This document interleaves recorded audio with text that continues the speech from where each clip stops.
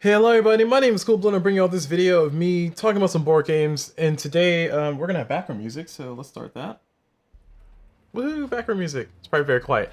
But yes, but today we're gonna, as you can tell by the title of this video, we're gonna go over some board games that I have been considering for my solo player go-tos, if you will. So this is not necessarily like a top 10 list. It's, as you can see, there's more than 10 games on this table. But we have, I made a post on Board Game Geek to where I talked about some board games that I had that were in my solo considerations, and some that have fallen out of consideration, some that were reconsidered or that I'm reconsidering. And I also have this mat here just so my camera doesn't freak out because it doesn't like the black background apparently. But that said, yeah, we're gonna try to make this video under 20 minutes. I do not foresee that happening because we have more than 20 games on this table. But with that said, we'll try our hardest. So 20 minutes to 30 minutes, but I'll try to get the key points out. So the first and foremost, of the games over here that are still in consideration, these ones are generally speaking in consideration because they have some aspect of enough variety for me to enjoy, and also enough randomness for me to not just walk into the game and breeze through the game. The games that have fallen out of consideration have in general fallen out of consideration for me specifically because they either have too much random or I figured them out already. Those are kind of the two categories for those. And then over here for the games for reconsideration, these are ones that, you know, maybe I didn't give a fair chance the first time around. Maybe you know, maybe I need to just give it a little bit more time, or they're just new games to me, specifically the legacy of Dragonholt and, you know, the Ragemore and Rove over there in Food Chain Island. So those are the three different categories. So if you just want to skip, I'll put in the timeline, you can just skip to the games that you want to hear more about. And I'll try to spend maybe a little bit less time talking about these ones and more time talking about these ones. So this first part of the video will be a little bit longer. So just a heads up on that. All right, cool. So starting off on the first game on this list, we have, oh, the big one, Sleeping Gods. So this one's effectively at the top of my list. These are not in order, by the way, but this one just so happens to be at the top of my list currently. Sleeping Gods is a game that's at my top of my list. And for all the ones that are still in my consideration list, if you will, I'll have two good things and one bad thing about them, because I'm not sure which one's actually my top one, if you will. These are all just kind of up there floating. But Sleeping Gods is in there because it is one of the pros is it's definitely a lot to explore in the story. It's very much a open world, or this is a open world narrative driven game to where you're kind of playing D&D on rails, if you will. You play a cast of 9 characters and with your crew, and then you kind of run around on your ship and doing stuff in the world. So it's a pretty fun, engaging game. I have 2 playlists of me doing a playthrough. I'm currently in the second campaign playthrough. Each campaign can be anywhere between my current experience is about 16 hours. So my first one was 16 hours. My second campaign is on its path to be about 16 hours as well. So it's a pretty lengthy game, a lot to explore. And between my first playthrough and my second playthrough that I'm currently going through, I've gone 2 different directions, and I have not quite experienced the exact same story, and I do like that. So there's a lot in this game. It is very much in the same vein as a you know, choose your own adventure book type style thing. Has a lot of branching paths, has a lot of decisions you can make, and it's really fun, really cool. The secondary thing is that this is open world. Love that so much. And the final thing, which is the negative for this game, is that you can't unexperience the game, which is unfortunate, which means that once I kind of play all of the game, I can't unknow, or I can't forget, if you will. I can't forget the things that I already know. So that's unfortunate. Moving to the next game in my top list, this is the one thing in the top section. We have Warp's Edge. Warp's Edge is a deck building game, I guess is the best way to put it. It's a bag building game, let me be more specific. But you kind of play deck building mechanics, or it's like you versus like an enemy, and then you're kind of shooting them down, and it's fun. There's a lot of fun things. You play the game in waves, and your goal is to try to defeat the entire stack of enemies plus the boss in the same wave usually. And if you can do that, then you win the game, and you have essentially 3 rounds to do it, or 4 rounds to do it.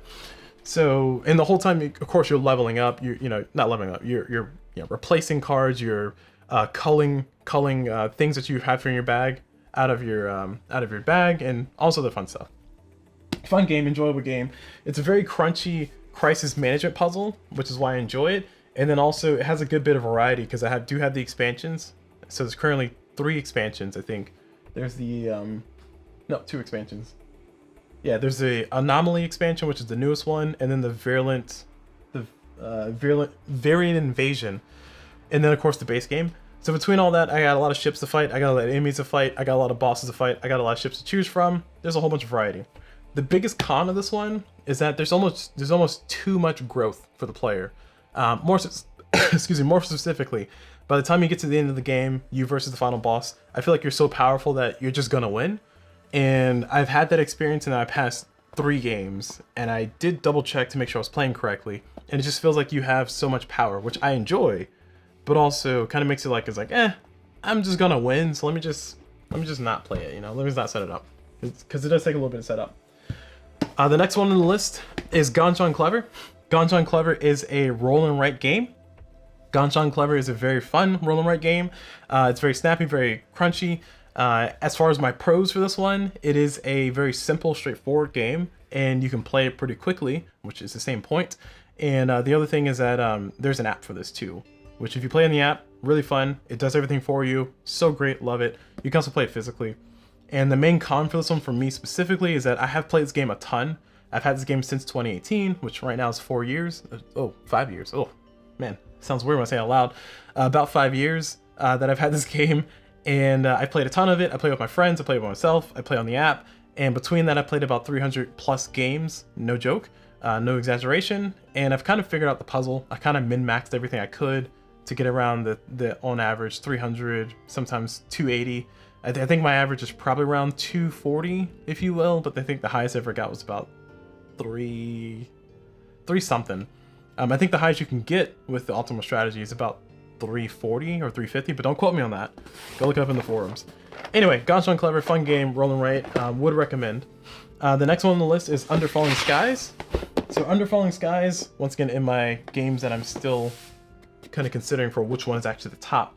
Under Falling Skies, very fun game, has a very cool, neat, nifty mechanic. It is a tower defense or land defense, base defense, if you will, game, to where essentially you have a basis down here, you have enemies flying down from the top, Space Invader style, almost directly Space Invader style, and you are trying to put your dice in places to activate locations to shoot them down. And it's a very cool, like, I love the mechanics so much because you put a dice in a spot, and depending on how many pips it's on that dice, then you have to move the enemy that many places. So if you put a high number in one of your locations, that might give you like a really good ability or a really good effect, but you're going to be moving the enemy faster or closer to you faster, and that could be like a crisis you have to deal with. And then also you can only take out the enemies at certain spots, and then there's also a timer, which is the mothership, which makes things smaller and shorter. It's so cool. Like, there's so many cool things to love about this game. So I do love that nifty, like, you know, place a dice, move the enemy mechanic, because you're really deciding how you want to manipulate your enemies and also what you can use and making concessions that way. So really cool detrimental decisions there. And the other thing about this game is that it has a campaign mode, which I haven't played a ton of, which goes into the con, which we'll talk about in a second. But the campaign mode has branching options, and that's really fun. I love the branches. And also it introduces new mechanics too, which goes into the con of this game, is that it feels very samey. I played the base game like maybe 5 or 6 times before I started playing the campaign. And the campaign, I'm in, I think, maybe mission 3. So I'm not that far into the campaign. I think it goes up to like 10 missions in the campaign. And I just got to the part to where I added some extra stuff. So I'm understanding now that it's going to add more things as I play the campaign. So I need to finish that. But until I do, it feels very samey. So that's why it's still kind of floating in the top area. It has not fallen out of grace for me, but I'm a little suspicious of that sameness. Speaking of sameness, we have these next two, which is Sylvion and Castellion. I don't know if you can find these pretty easily. I hope you can. I've had these games for a while, so I'm assuming they're still in print. But these games, I'm talking about at the same time because they're not the same game, but they fit the same category in my opinion. Castellion is a tile-laying game. Sylvion is a tower defense game with cards, so kind of a deck building card tower, well, not deck building, but just a deck / card fighting mechanic with the tower defense thing. Both these games kind of fit the same category because they do feel very good solo. You can play these up to 2 players. You can play them solo. This whole list is about solo, but I do want to note, if you want a game that you can possibly play with 2, because you can play 2 co-op, Castellion, in my opinion, is a better game for 2 players. Sylvion, in my opinion, is a better game for 1 player. But going back into the 1-player experience, which is what we're talking about here. These 2 games are very, very fun puzzles, and I do love that, and that's one of the pros for it. The other thing for it is that there's a lot of variability. variability. Wow, a word I just made up. There's a lot of variety and variety in this game because they do have 3 or 4 different expansions included with it. So you can kind of change the game up if you want, if it becomes too easy for you, and make it more difficult, make it more easy, give yourself some boons, give yourself some busts, all kinds of fun stuff. But the biggest con for the both of these, and this is equally true for both of them, is that it's very, very, very reliant on luck and clairvoyance. What I mean by that is that, yes, you can find the strategy, and yes, there's some like mechanics that you really need to get used to, but you really need to have really good luck to do well in both of these games, and you really need to have some sense of being able to tell the future, because otherwise you're just gonna like smack your head against the wall and not have fun. Not nearly as many sources are random in this game as something like Final Girl, which we'll talk about later, but yeah. Okay, cool. Enough about those two. The last two, actually, let me talk about this one first. The next one's Sprawlopolis. I don't know where my copy of Sprawlopolis is. I think it's in my vehicle, but I have not checked yet. So I'm using Circle the Wagon as a placeholder. Circle the Wagon is a good game too. It's just for solo, I don't think you can play this one solo. Maybe there's a module for it, I don't know, I haven't checked. But Sprawlopolis is a game I was going to talk about. It's a city building game, very fun game, very brain burnery, which is one of the negatives for it, but also a lot of variety, and I'm surprised at how much they fit into just 18 cards. It's like, it's so crazy, so wild. But I do love that game a lot. It is a very fun game, Sprawlopolis. Circle the Wagon, like I said, also a good shout out, but I don't think you can play this one solo. Actually, can you? Oh, you can play it solo. Oh. Okay, I just never bothered to learn how to play Circle the Wagon solo. But this is a placeholder for Sprawlopolis because I cannot find it right now. Anyway, last game is Castles of Burgundy, the card game. Castles of Burgundy, the card game is very much Castles of Burgundy, the board game, but just in card game form. Full disclosure, I have not played a full game of Castles of Burgundy, the board game. I did own it, and I have played half a game, but I have not played a full game of Castles of Burgundy, the board game. But I have played many games of Castle Burgundy, the card game, and I have played with friends who have played the full board game version of Castles of Burgundy, and they've stated, this is their words, not mine, they've stated that Castles of Burgundy, the card game, is a very condensed, distilled version of Castles of Burgundy, the board game. And when I say condensed, they meant like mechanically simple, as far as what you're doing. So I'll just mention that, maybe that'll mean something to you. But they also mentioned that it is a good introduction for those who may not be all that great at games or just kind of familiar with board games in general. It's a great introduction into Castles of Burgundy, the board game, because a lot of the things that you do in here translate directly over into the board game. So I'm assuming that's a plus. But I do enjoy this game. It's a very crunchy, small box game, and also it has a really cool solo mechanic, which is the bot has cards and you're trying to basically beat their score every round. So yes, it's kind of a beat the score situation, but the bot's score will vary from round to round. So like on round 1, they'll play a certain number of cards and you'll know their score currently and you have to beat that score. And then also you can kind of see what's coming up next. Like if they have, because you score things in sets of 3s in this game for Castle Burgundy, the card game. If they have a set of 2 in this round, then you know if they get one more of that same card, they're going to have like 6 extra points. So you know you need to play them for that. And it's really fun. It's really cool. It's really neat. The biggest drawback for this game is that it's very samey, because you're just playing the same game, which I guess is the same thing you can say about Castles of Burgundy, the board game. But for me, I just want to highlight that because it's one of the reasons why I maybe don't always go to it, because it's like, it's going to be the same experience as last time. Cool. So that was the top games. We're going to go into these ones. I'm going to try to speed through these at a relatively reasonable clip, and I'll try to avoid getting into too much of a tangent because I do want to keep this under 20 minutes, but I doubt I'll be able to get through these in 6 minutes. So the first game here is Pax Tanshumanity. This one has fallen under grace for me specifically because I just had to concede the point that for the game, as complex as it is and as demanding as it is for reaction points, there is a little bit too much random. There's a little bit too much random on the winning condition specifically. So what I mean by that is that this game is very tight with this action points, as in you need to have enough money to do this action after this action before your opponent can do this. Otherwise, you're just gonna not have a good play and you're not having a good time. And it requires you to adapt a lot, which is fun. So it's very tactical. But that said, because the win condition can turn on a dime, it makes it to where the moving target situation is just really frustrating a lot of times. And then also playing solo is kind of aggressive. I'm not gonna lie, the solo mode could be probably dialed down a little bit. So it was a little bit too extreme for me. So, but I do like this game. I do compare it to Terraforming Mars. Just anybody wants to have scope and scale.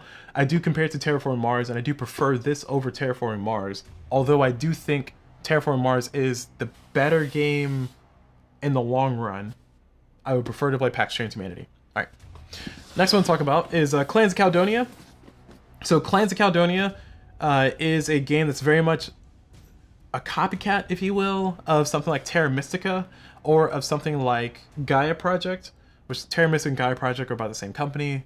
The Gaia Project is basically Terra Mystica with a lot more steps. Anyway, but Clans of Caledonia is a very fun kind of, I don't want to say civilization. It's one of those games where you have 5 rounds and you're trying to build up your little village and build up your production and earn money and earn points that way by fulfilling contracts. It's I don't know what category that fits into. I wouldn't necessarily call it like a 16x game, but you could maybe put it in that way to where you have a kind of a rolling scoring where what you do in the first round is really going to impact how your 5th round goes type situation. This one fell out of grace for me because I played it so much with 2 players with one of my good friends and also played it solo that I kind of figured out how every clan works. There's about 10 or 11 clans in here, and once you kind of figure out the clans, the mechanics kind of reveal themselves, which the mechanics in this one, just to spoil it for everybody, is that did you play the clan correctly, yes or no? If the answer is no, you're going to lose. If the answer is yes, you're going to win. So because of that, once I figure out the clans, it's like, there's not really much else to explore. So maybe one day they'll come up with an expansion for it, or maybe they have an expansion I haven't heard about. I don't know. But it's fallen for grace. The next one's Imperium The Contention. This one, very fun game. Would recommend it. Up, down, left, right, would. Am hoping that Contention Games will stay true to their promise. They mentioned that after they finish their the release of Slay the Spire, which is the Contention Games, the people who made this game, they're making a Slay the Spire. After they finish Slay the Spire, they're going to make an expansion for this. So I'm hoping they hold to it because I love this game a lot. However, it's fallen out of grace for me as a solo game because the bot is just so simple and basic. It's nice that it's basic, but it's too basic. It's like, this is kind of child's play here. But yeah, but for those who want to know a little bit more about Imperium The Contention, I have a video about it. Go check it out. As the designer called it, it's basically Magic the Gathering plus 4X. So if you like Magic the Gathering and you like 4X games where you expand, explore, exploit, and exterminate, like Civilization type style, you'll love this game.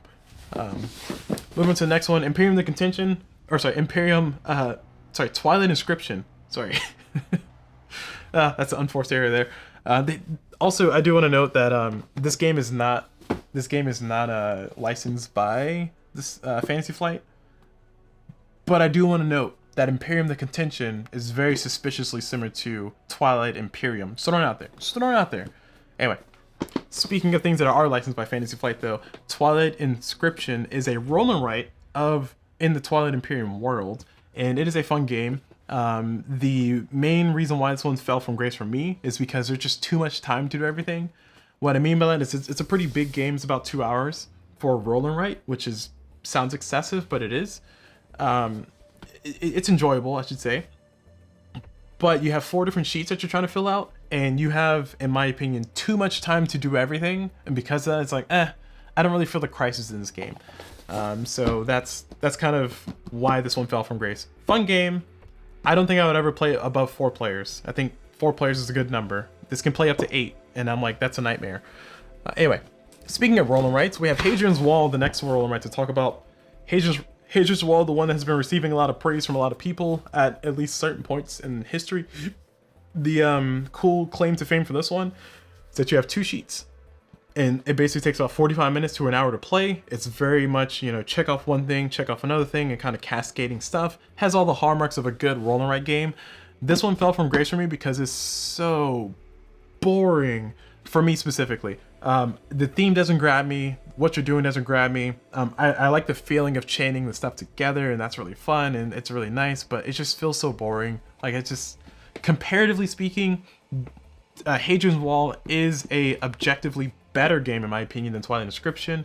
It is in some people's opinion, not my opinion, but some people's opinion, Hadrian's Wall is a better game than Ganz Clever. I like Ganz Clever better because I can get done with the game pretty quick and then just get into a new one. Anyway, Hadrian's Wall, there's a lot of rigmarole about what you're doing and strategy and stuff, but like I said, if the theme was a little bit more there for me, this one might be still in consideration, but it's just so boring. I do enjoy playing it though, don't get me wrong, but it's just so boring. Moving on to the next game, we have John Company. This game actually has the opposite issue of Imperium The Contention, for solo mode specifically. John Company, very cool, historically based game that makes you think very critically about what you're doing and why you're doing it. And also, it's a really good example of a history game that takes a problematic theme and makes you think critically about it in a relatively even-handed way. I don't want to say it rises to the same level, in my opinion, of a game like Freedom, which I've just got and I just started playing, the game about escaping slavery and stuff. It may not rise to the exact same level, and it might rise to a different. It might be a different category altogether. But the whole point I'm trying to bring up is that I do enjoy this game. I do love this game. I love the theme. As far as what it's making you think about, as far as capitalism and the implications of colonialism and what does it mean to the world, and how does it affect your current world, and look at how money motivates these things and corrupts these things, and also same thing about deregulation, all those stuff. It's so many cool like talking points, and I love that so much. I just love the history. I just want to sink my teeth into it. That said, the bot is very complex. That's the reason why I fell out of grace for me. Like I said, the opposite problem that Imperium The Contention had. The bot is complex, which is good. That means it's not predictable, and that means that you have to really consider what you're doing and think about like you're playing with the actual real person. But it just requires so much maintenance. Like I had to go do the thing forward. I have to count these things, and depending is it greater than or less than this, and if it is, then do this, and because of this, do this, and if I did this, then the bot will do this, and it's like, this is so much work. So much work. So this is very much a good game. It is a 3-player only game for me though, because if you have 2 players, you have to play with the bot. If you have 1 player, you have to play with the bot. So I'm playing this 3 players or more, and I think I'll just stick with that. Really cool game though. I do appreciate it a lot. So the last game that has fallen from grace for me, which is over here, which is Final Girl, and I'll just leave the rest over there. So Final Girl is a modular board game where you're just kind of you're playing out a horror movie, and you're kind of running through the open worlds, or at least the board world, the world inside of the arena, the killers. I'm messing up this phrasing here.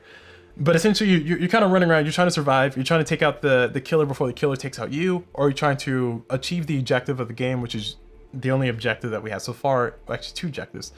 It's basically rescue everybody.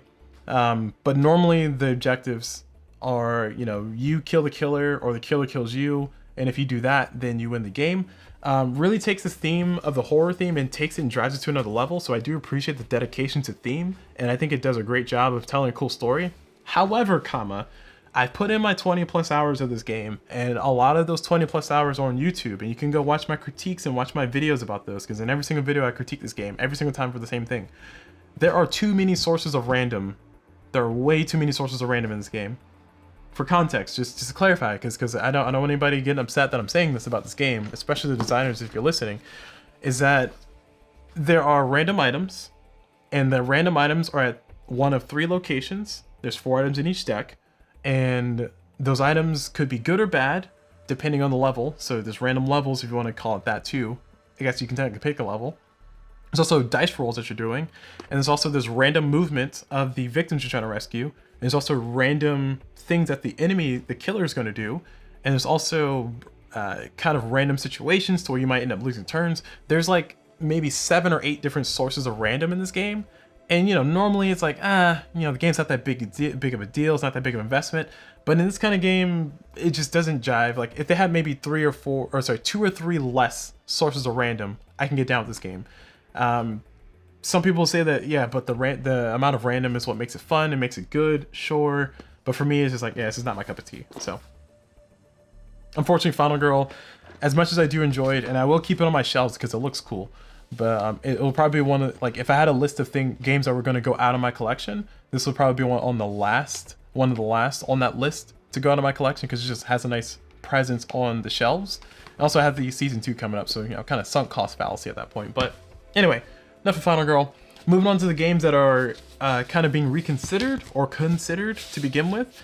We have these 3. We have Food Chain Island, Ragemore, and Rove, which I'll put in this order. Rove, Ragemore, and Food Chain Island. These games are in the being reconsidered / considered list because I either just got these games or, you know, just kind of taking a second look at them. I just got these 3. And I have had a chance, since I made my Board Game Geek post, to actually play these. And of these games, I think Rove will have the longest, or the most longevity. Ragemore is the one I enjoy playing more. And Food Chain Island is kind of somewhere in the middle. What I mean by that is that Rove has a lot of complexities to it, and I do appreciate that a lot. So I'm looking forward to kind of diving into that and kind of understanding the system and the movement and the building, I guess the card movement system a lot more.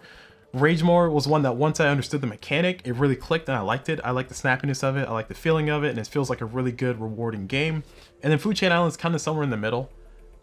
It does require a lot of focus to actually understand how to get things to move, and it's like a really intense puzzle that's evolving as you play, so that's fun. But I think one of these 2 is going to be a survivor, and Food Chain Island is just kind of going to be there. So Food Chain Island might fall out of grace for me very soon, but I'll give Rove a few more tries, and Ragemore I do like, but I don't know if it has longevity, given that I kind of want to play it a lot more. The next one on this list is Renegade. So Renegade is basically Pandemic, but with more steps. So if you ever play Pandemic, this is Pandemic, or Renegade is that, but with more steps.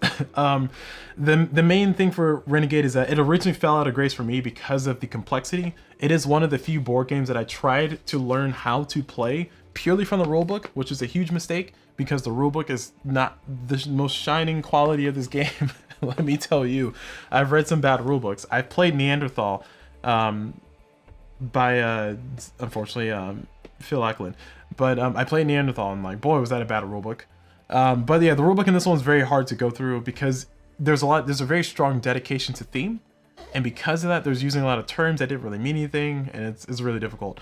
And granted, I'm saying that as somebody who has learned how to play Pax Tanshumanity, which also has a very egregious rulebook in my opinion, although it's better than a game like Neanderthal, which is not on the table, but that goes a long way to say that the rulebook turned me off on trying to learn it. And then when I finally did sit down and learn to watch the video, watch a video, a playthrough of how to learn it, it didn't click with me yet.